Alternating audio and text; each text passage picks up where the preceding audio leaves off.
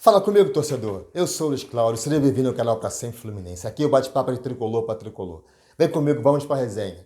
Esse vídeo tem uns 3 assuntos assim, que movimentaram o noticiário tricolor nesse final de semana. Tá? Vamos falar aqui nesse vídeo de Boa Vista 0, Fluminense 0. Vamos falar de Luiz Henrique e vamos falar também das semifinais do Campeonato Carioca que já estão definidas. Deixa o like nesse vídeo para o YouTube recomendar o canal Pra Sempre Fluminense para mais amigos tricolores. Então é isso aí, galera. Começando com foram duas notícias muito ruins, né? E a terceira é só informação. Então, primeira notícia ruim, o empate do Fluminense com Boa Vista, lá em Saquarema, no estádio Reci Resende. Boa Vista 0, Fluminense 0, foi a última rodada da Taça Guanabara. A frente já é campeão, já levantou a taça, já está com a vantagem para as semifinais.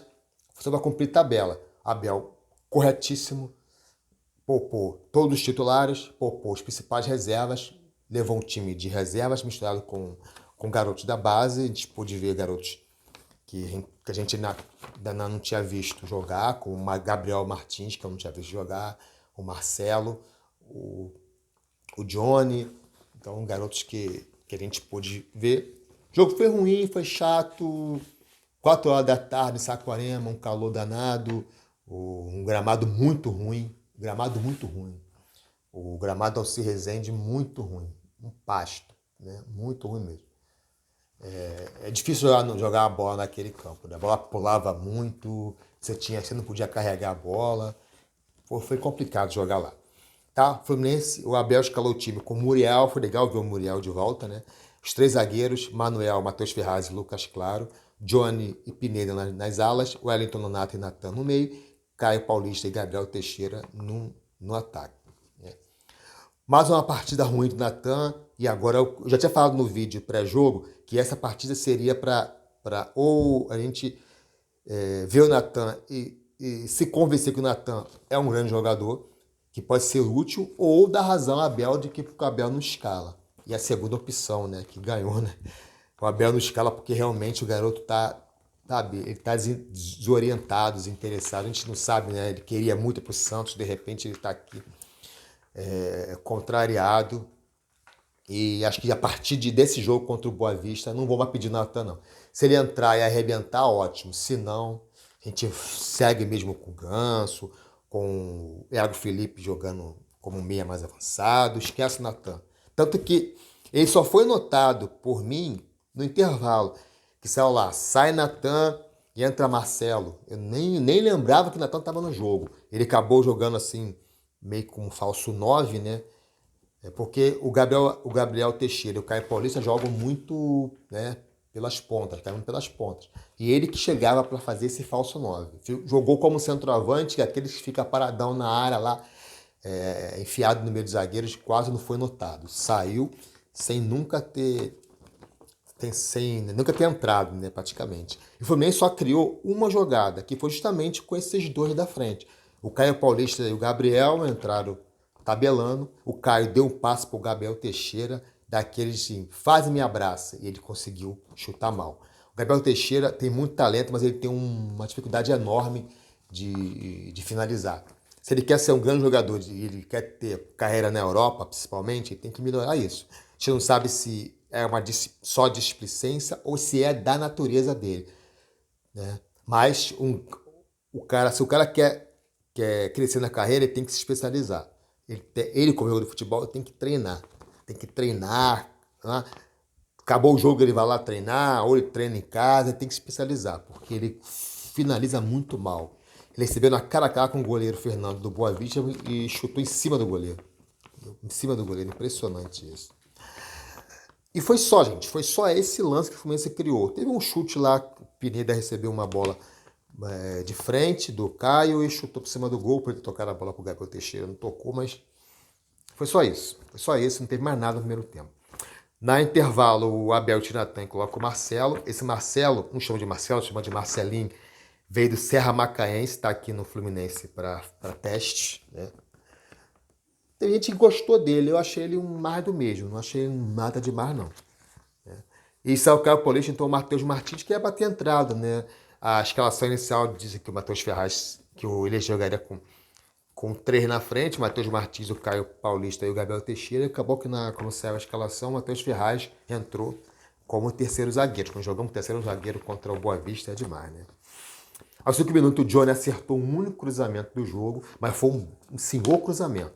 Na cabeça do Marcelo, que ele cabeceia forte de baixo para cima, e o goleiro fez uma defesaça. Foi a única jogada boa que o Johnny acertou, mas, coitado, no campo daquele, pressão, o garoto deve ter sentido pouco, mas ele tem potencial, eu continuo apostando nele. O cruzamento que ele fez foi muito bom, eu sempre falei aqui, ele cruza melhor que o Samuel Xavier e o Calegari. Ele merece ter mais chance, tá? Aí tivemos um lance com o Nonato, ele recebeu um passe do Wellington, um bom passe do Wellington, inclusive. Ele recebeu de costas, girou e bateu, chutou cruzado, a bola passou rente à trave, né? E não teve mais nada assim de importante no jogo, não. Teve um lance aos 39 minutos que o Matheus Ferraz errou um passe e deu um contra-ataque pro Boa Vista, quase saiu o gol, é que o maluco lá chutou para fora. Né? E foi só, o jogo foi bem fraquinho mesmo, né? Para mim, botaram como Gabriel Teixeira o melhor, menos pior, né? Esse gol que ele perdeu muitos pontos com esse gol que ele perdeu. E com certeza o Natan foi o pior disparado. O cara tá totalmente com a cabeça longe, ele não quer saber de Fluminense, não. Acho que o Abel tá corretíssimo em não dar chance para ele. Eu não vou pedir mais Natan no time, tá?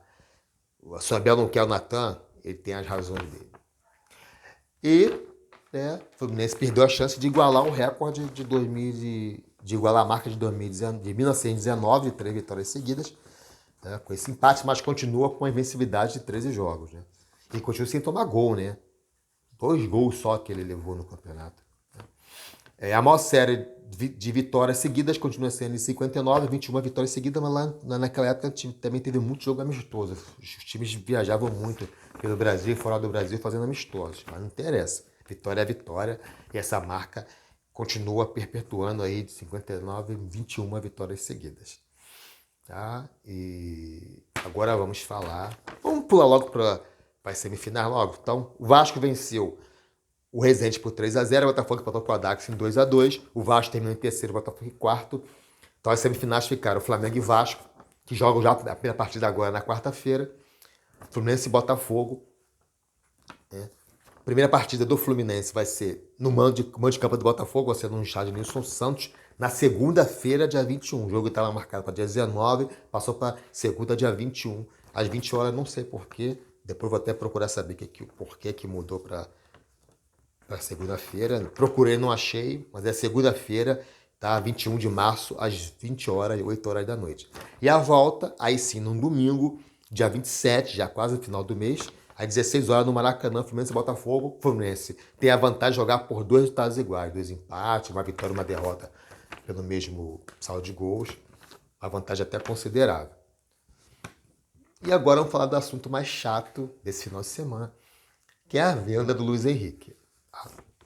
O Mário Bittencourt deu uma entrevista nesse domingo contando por que o clube precisa de dinheiro, o caixa continuar, para a gente continuar tendo caixa para pagar o salário, para pagar o salário de dias, ele precisa vender. A meta do clube para esse ano é entre 90 e 100 milhões, né, com venda de jogadores.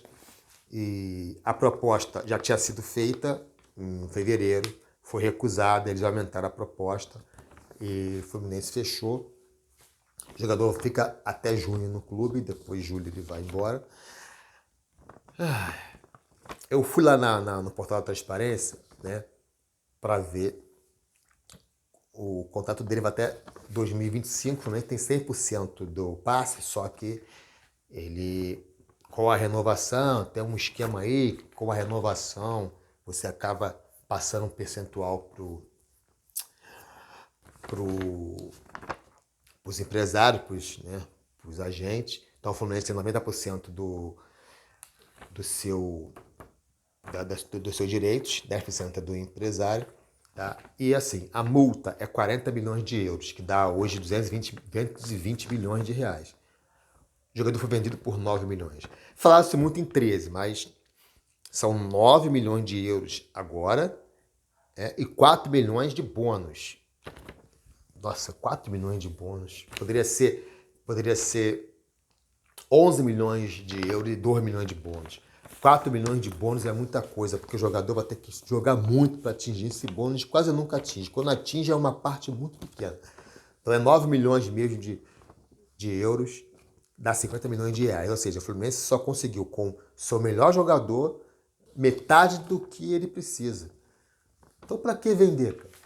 Se você tem um jogador que ele tem uma multa de 40 milhões de reais e você não conseguiu chegar nem à metade, e o dinheiro que vai entrar não vai cobrir o que você estipulou que precisa, para que vender?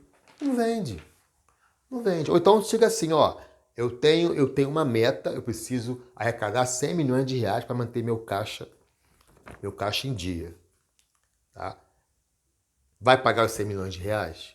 Não, então eu não quero. Só vendo se for por esse valor. Como é que você tem um jogador com 40 milhões de euros, você vende por 9 milhões de euros? Pô, menos da metade, cara. Não, menos da metade não. Pô, bem menos da metade. A metade seria 20. Vende muito mal. Aí eu vi aqui, eu peguei a lista das maiores vendas do Fluminense. Gerson foi vendido por 17 milhões em 2015. Richarlison por 12,5 milhões em 2017. O João Pedro, 11,5 milhões de euros em 2018. O João Pedro, né? Isso. O Pedro, 11 milhões de euros em 2019. O Kaique, 10 milhões de euros em 2021. Se você for ver, vai diminuindo, né? Começou o Gerson com 17, depois Richarlison com 12,5, João Pedro com 11,5, Pedro com 11, Kaique com 10 e Luiz Henrique com 9. E tudo jogador que vale mais. Tecnicamente, vale muito mais do que isso. Ao longo dos anos, o Fluminense vem vendendo por menos. Parece que o clube ele vende pela primeira proposta. É impressionante isso. E cada ano vende menos, valor menor, por jogadores que tem categoria, que tem talento. Cara, o Luiz Henrique ele vai ser vendido pro Betis, né? Da Espanha. Até esqueci de falar o clube, né? É pro Betis da Espanha. Né? Se não fosse um grande clube, não é. É o Betis. Né? Não é o Barcelona, não é o Real Madrid, não é o Atlético de Madrid, não é o Sevilha, é o Betis. Né? Até li na internet que é o Olaria da Espanha. É um absurdo isso, Abel. O Abel não. Coitado do Abel. O Abel tá sofrendo pra caramba. Você não pode, Mário, vender o jogador como o Luiz Henrique, no maior talento que o Fluminense teve nos últimos anos, por 9 milhões de euros, cara. Não vai resolver teu problema, então não vende. Não vende, Mário. O Fluminense montou um time para ser campeão da Libertadores. O melhor time que o Fluminense pôde montar nos últimos tempos. E o Luiz Henrique é peça fundamental. O jogador que tem desequilibrado. O gol que ele fez contra o Olímpia, pelo amor de Deus, cara. Só esse gol aí aumentaria a multa de 40 para 45. Só esse gol. E aí você vende por 9 milhões. Esquece o bônus. Isso aqui é besteira. Se chegar a 2 milhões é muito. É muito. Pode chegar a 1 milhão. Esquece o bônus. É 9 milhões. Foca nesse valor. 9 milhões. 9 milhões não resolve o teu problema. 9 milhões você só vai conseguir metade. Onde você vai conseguir jogador para você conseguir mais 9 milhões para fechar? Você não vai conseguir. Você não vai conseguir vender jogador para você atingir essa meta de 100 milhões. Não vai. Então melhor não vender. Aperta daqui, aperta dali, mas não vende. Agora você vai vender um jogador que não vai resolver teu problema, você vai continuar devendo, você vai continuar com caixa vazio e vai perder talvez o maior talento dos últimos anos. Um jogador que desequilibra todo o jogo. Vai fazer falta. Tá? Ele vai embora em junho. As oitavas da Libertadores, eu até anotei aqui, é entre 29 de junho e 6 de julho. Ou seja, ele vai ficar até 30 de junho. Ele vai perder as oitavas da Libertadores se o Fluminense chegar. Né? E vai perder o Campeonato Brasileiro, que vai até o final do ano, a Copa do Brasil vai até o final do ano, né? A Copa Libertadores até o final do ano. Né? Vai estar aí para disputar o Campeonato Carioca, mas agora a gente nem sabe como é que está na cabeça do garoto. Né? Fluminense com o Luiz Henrique é um, sendo o Luiz Henrique é outro. Tem o John Arias, ok, tem o John Arias, mas o John Arias é um jogador que vem de fora, que precisa se adaptar, tá começando a se adaptar agora. O Luiz Henrique tá pronto. Tá pronto para resolver. A gente viu aí o que ele fez nos últimos jogos. A gente viu aí. A venda é 85%, né, dos direitos. Né? O Fluminense mantém 15%. 15%, e toda vez que ele for vendido de um clube para o outro, o Fluminense ganha esses 15%. Isso é fixo. O Fluminense não perde. Se ele for vendido 10 vezes, o Fluminense nas 10 negociações ganha esse valor, porque ele só foi negociado 85%. Se você quer vender por um valor, pelo menos metade dessa multa, né? Ok. Tá? Não conseguiu chegar, não vende. Não vende. Aperta daqui, aperta dali, mas não vende. Do jeito que tá, não dá. Não vai resolver teu problema, vai perder o jogador, vai perder o diferencial. A internet está aí. Com a internet agora, tudo que você fala fica registrado. Você acaba pagando com a língua. Quando ele assumiu o clube, ele falou que o Fluminense vendia muito mal os seus jogadores. E dessas 5 maiores vendas, né, até aqui, né? Gerson, Richard, João Pedro e Kaique, as 2 últimas foram com ele. E foi justamente as 2 mais baixas. Né? O Pedro de 11 milhões e o Kaique de 10 milhões. Quer dizer, ele falava que o time vendia mal e as piores vendas foram dele. Agora ele vai vender o Luiz Henrique por 9 milhões, ou seja, a pior venda dos últimos tempos. Dá na conta dele. Então, quer dizer, pagou com a língua. Falou que os outros antecessores dele vendiam mal e ele vendeu pior ainda.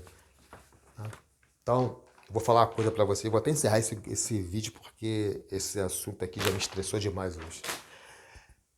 Vi muita gente falando que vai deixar de ser sócio porque não compactua com isso. Ok, eu não tô aqui para dizer o que a pessoa tem que fazer ou não tem que fazer. Cada um faz o que quer. Mas eu falo para vocês.